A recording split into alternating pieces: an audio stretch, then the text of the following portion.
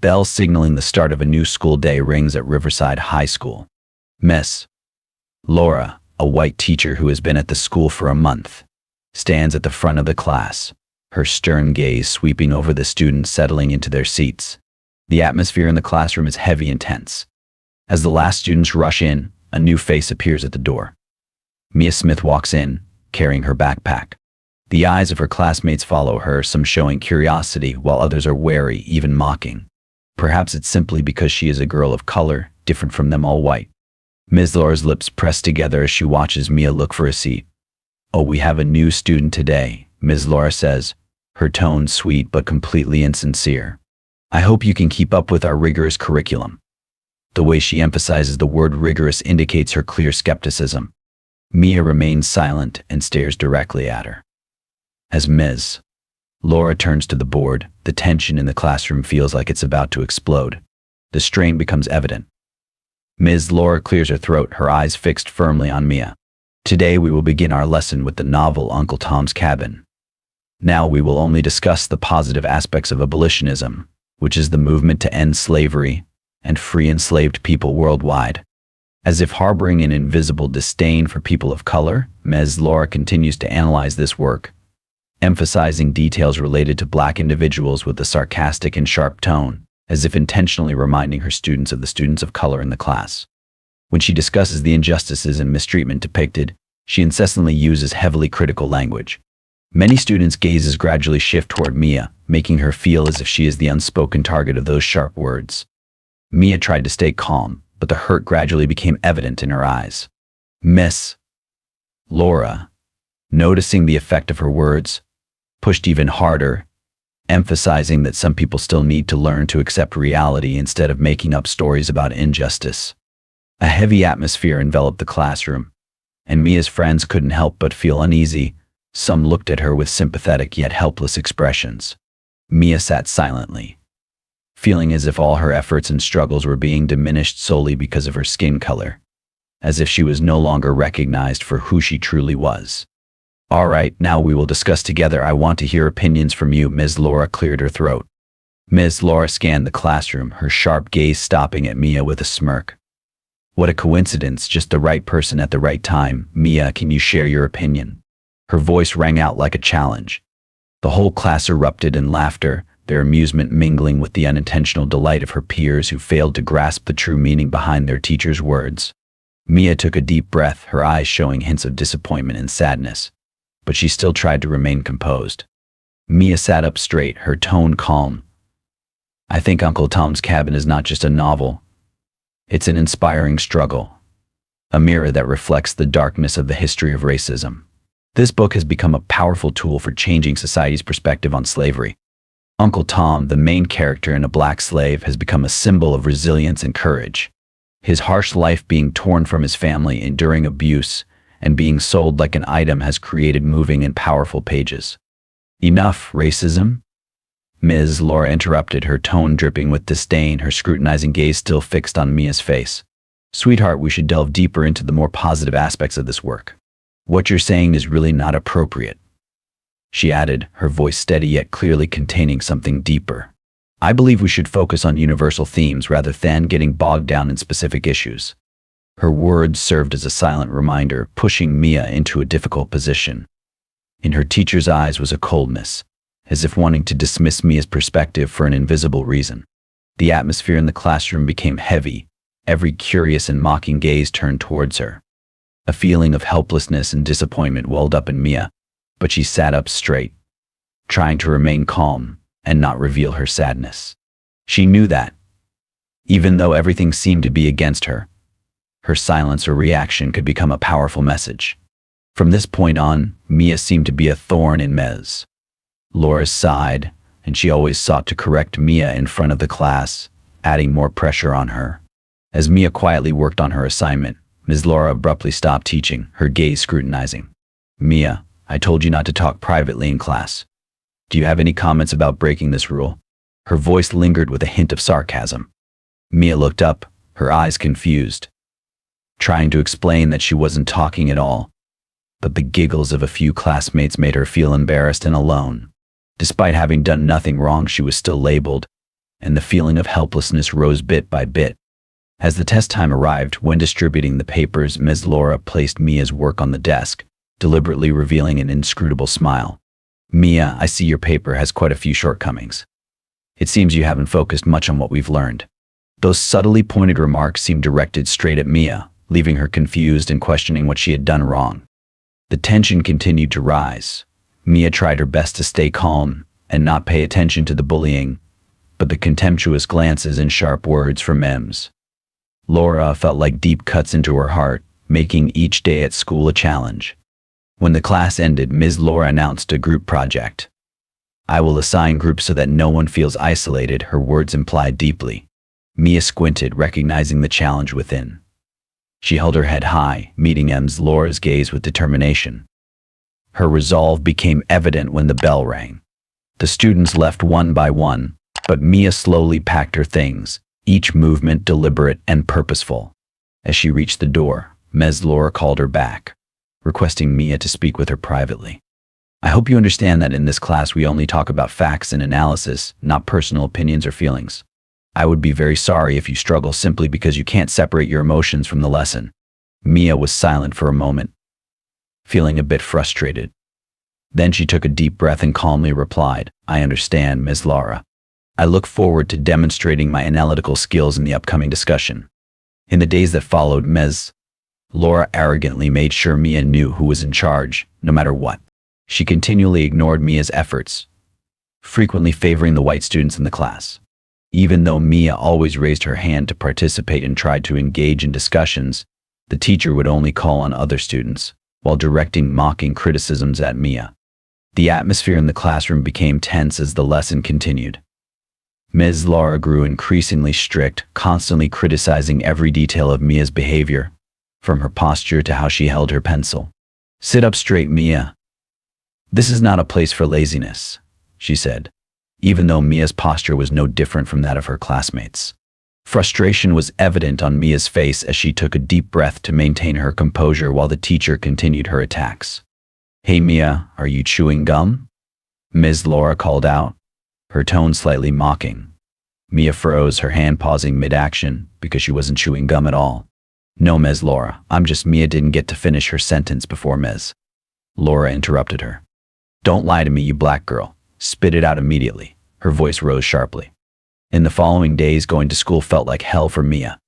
She was always discriminated against and favored, but the girl knew she had to hold her head high, ready to face everything. When class began, Mia could feel Laura's excessive attention on her. As soon as Mia started to speak, the teacher immediately interrupted. "Can you clarify? Not everyone understands your accent." Similar incidents occurred one after another, leaving her feeling suffocated under pressure. On her way home, Mia walked silently, her heart heavy.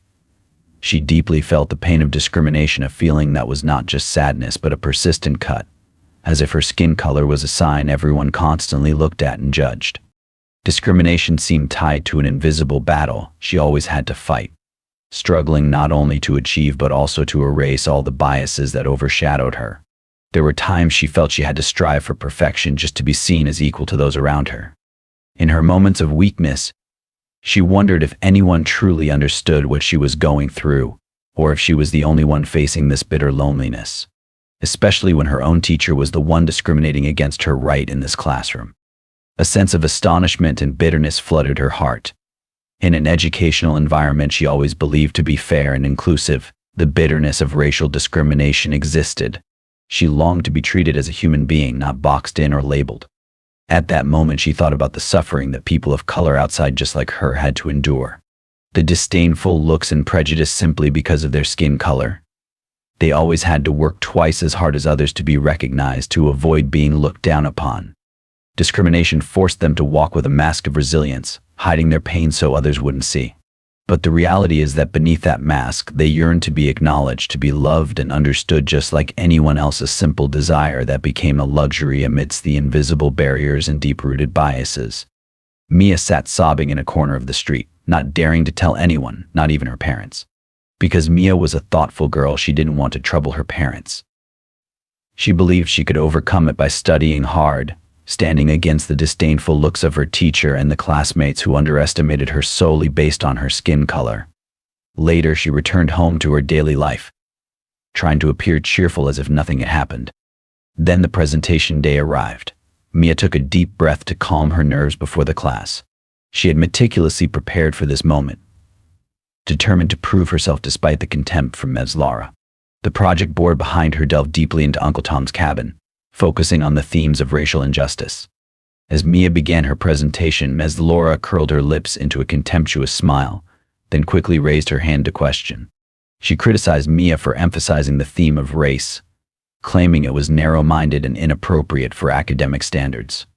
Although Ms. Laura's criticism created a tense atmosphere in the class, Mia resolutely stood her ground and continued to defend her analysis. The chaos and pressure made her determination waver, but Mia remained steadfast in the face of adversity. She intended to continue her presentation, but "Enough," Ms. Laura shouted. "Your attitude is crossing the line.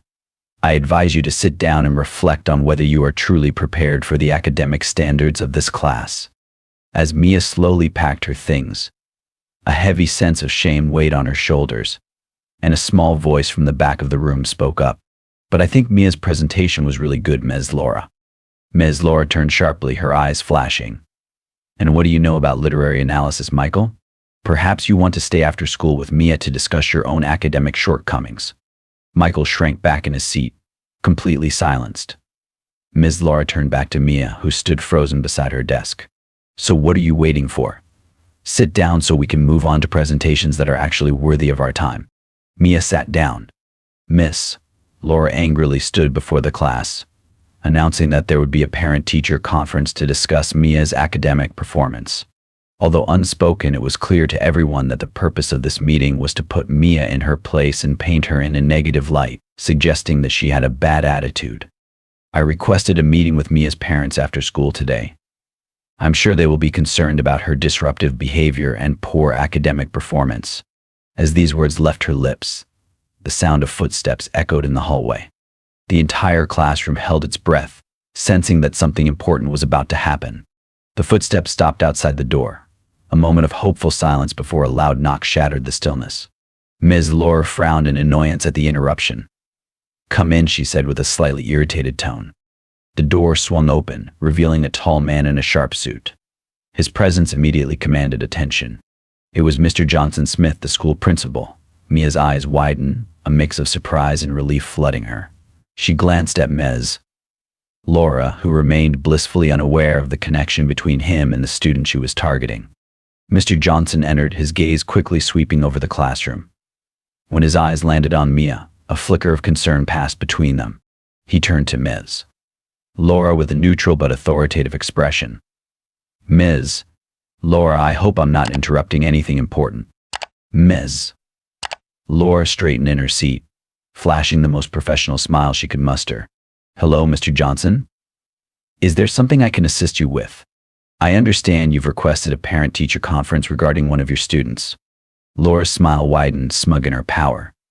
"That's right, I think it's important to address some issues before they become more serious." "I understand. And which student are we talking about?" Laura pointed dismissively at Mia. "Mia Smith. But of course that has nothing to do with you." Unbeknownst to Laura, there was a connection between Johnson and Mia, and she continued to complain about the student's attitude.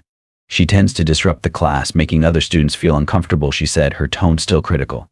Johnson listened attentively, his demeanor calm.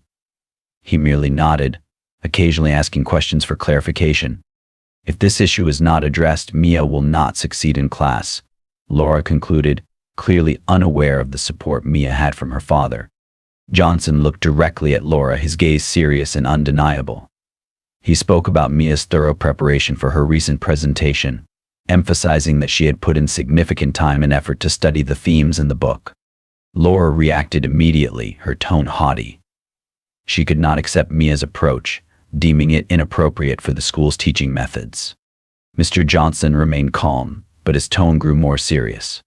He emphasized that Mia had the right to be heard and respected, encouraging Ms. Laura to reconsider her approach toward the student. A silence stretched between them as Ms. Laura realized the situation was spiraling out of control. Her arrogance began to recede, and with a forced smile she asked if he had any other questions. Mr. Johnson, in a composed manner, asked, "So, can you tell me exactly how Mia has been causing trouble?" Ms. Laura sat up straight and replied, "Absolutely. She frequently raises her hand to challenge my opinions and argues with her classmates. Her body language is quite clear, showing a lack of respect. I think Mia's previous education may have been lacking, so a different environment would be better for her." Mr. Johnson took a deep breath, suppressing his inner anger. "Ms. Laura, I need to clarify one thing. Mia's previous educational system was excellent, and I can confirm that." Ms. Laura frowned, confused. "How could you possibly know that?" Mr. Johnson stared intently, his tone serious. "Because I am Mia's father." Ms. Laura's face went pale as the principal's words sank in. She opened her mouth but couldn't find her voice. You are," she stammered, her eyes wide with shock. "Yes, Miss Laura. Mia Smith is my daughter, and I have been listening to everything you've said about her." Laura stepped back, her hands gripping the desk for support. I didn't know." Mr. Johnson continued in a heavy tone that startled her. "Ms. Laura, I think you have a very narrow perspective. You are discriminating and being racist towards your own student." He invited her to the school office to discuss the matter immediately. "You need to reconsider your behavior." "Principal, please give me a chance to explain." "I didn't mean to." Mr. Johnson raised his hand, silencing her. "You've explained enough, Ms. Laura. We will have a longer conversation about this. For now, I will continue teaching this class today." At this point, the students were free to discuss the lesson of the day. All the students eagerly expressed their opinions. They didn't think the principal could be so friendly and such a good teacher. Before, they believed he was very strict and unapproachable. Only Ms. Laura felt embarrassed, unable to say a word, standing there frozen, too afraid to leave. The class ended. Ms. Laura tried to interject, her voice trembling. "Mr. Johnson, please let me explain." "Explain what?" "Explain how you mocked Mia's analysis just because it addressed issues of racism, or how you continuously ignored her opinions in class." The color drained from Ms. Laura's face. Education is not about silencing diverse voices or dismissing challenging perspectives. It's about broadening understanding, engaging in respectful dialogue, and learning from diverse experiences. Miss Laura, your actions have displayed a clear, unacceptable pattern of discrimination that will be addressed through appropriate channels. At this point, Ms. Laura clumsily packed her things, glancing around the classroom with an embarrassed expression before hurriedly leaving. As the students gradually exited the classroom, many stopped to support Mia. Sophia, the girl who always sat silently in the front row, approached timidly. "I'm sorry, I've never spoken up. I know this isn't right, but I was scared. It won't happen again." Meanwhile, in the school office, Ms. Laura faced the consequences of her discriminatory and unprofessional actions. The administration held an emergency meeting and, within hours, decided to fire her. A sense of bitterness and anger welled up inside her.